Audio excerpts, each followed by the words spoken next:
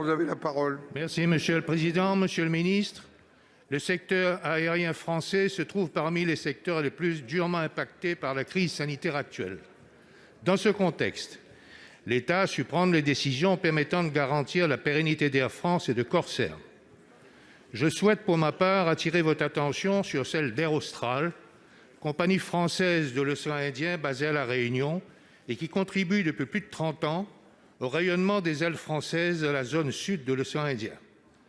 Depuis le mois de janvier 2020, cette compagnie régionale a subi une chute dramatique de son chiffre d'affaires de près de 55%, ainsi qu'une dégradation de ses résultats. Face à cette situation, un plan d'action a été mis en place, mais il ne suffit pas. L'intervention de l'État est désormais cruciale pour assurer la survie de ce fleuron, qui est l'une des plus importantes entreprises de la France de l'océan Indien et qui fait vivre plus de 1000 familles à La Réunion. Il est urgent de maintenir les capacités de trésorerie d'Air Austral. Un financement d'État de 30 millions d'euros était prévu. À ce jour, il semble que les discussions n'aient pas abouti. Or, le temps presse et il est urgent d'agir. Le second niveau d'intervention vise à nous interroger sur l'attitude agressive de la compagnie Air France sur les marchés outre-mer et aux conséquences dramatiques que sa stratégie peut avoir sur l'existence même d'Air Austral, ainsi que sur les autres compagnies qui desservent La Réunion. Cette situation menace gravement le futur d'Air Austral. Je souhaiterais donc savoir, Monsieur le ministre, si le Gouvernement est en mesure aujourd'hui de rassurer les dirigeants et salariés d'Air Austral sur un total soutien de l'État pour la sauvegarde et la pérennité de cette compagnie. Par ailleurs, quelles mesures comptez-vous prendre pour protéger Air Austral des velléités d'Air France ? Pour vous répondre, la parole est au ministre de l'Économie, des Finances et de la Relance, Monsieur Bruno Le Maire. Monsieur le sénateur, je veux vous confirmer que l'État français soutiendra Air Austral.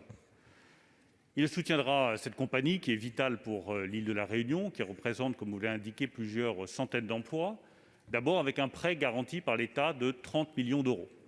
C'est le signe de l'engagement de l'État aux côtés d'Air Austral.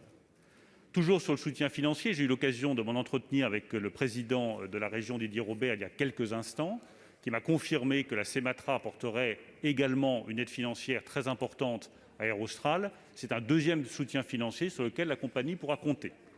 Enfin, il y a le soutien de la Caisse des dépôts et consignations qui va apporter 5 millions d'euros à la compagnie.